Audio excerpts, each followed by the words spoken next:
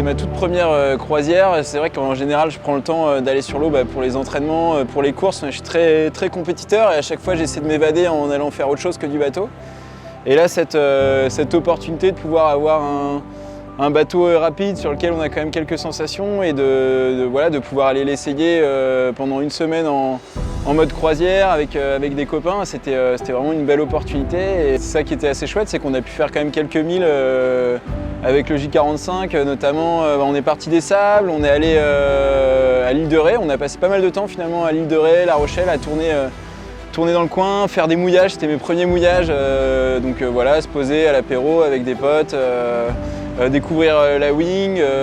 Voilà, on a vraiment pris le temps de se poser à chaque endroit où on allait. Et après on s'est bien motivé pour aller en Anglet. On a eu peur de mettre un peu de temps pour y aller, pour pouvoir revenir après, que ce soit juste un peu en une semaine. Et finalement on a pu beaucoup naviguer.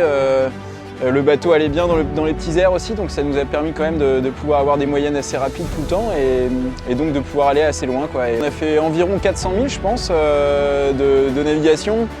On a dû utiliser le moteur que 5-6 heures et c'est vrai que les potes qui étaient avec moi, qui eux ont l'habitude de faire la croisière, m'ont dit c'est rare qu'on puisse naviguer dans des conditions estivales à la voile et tenir des moyennes assez élevées, donc a priori ça c'était quand même un gros point positif. On a quand même beaucoup navigué. C'était les premières fois où j'arrivais à me poser sous le vent, et ça c'est assez rare et j'ai vraiment apprécié le moment de pouvoir me détendre voilà, tranquillement et pas être tout le temps au réglage.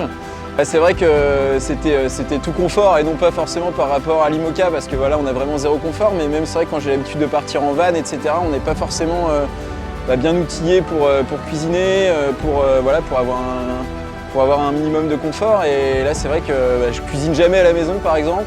Et au final, j'ai passé pas mal de temps au fourneau à découper des petits légumes, faire des petites poêlées de légumes, etc. Donc c'était vraiment ça, c'était assez agréable et vraiment retrouver tout le confort de la maison à bord.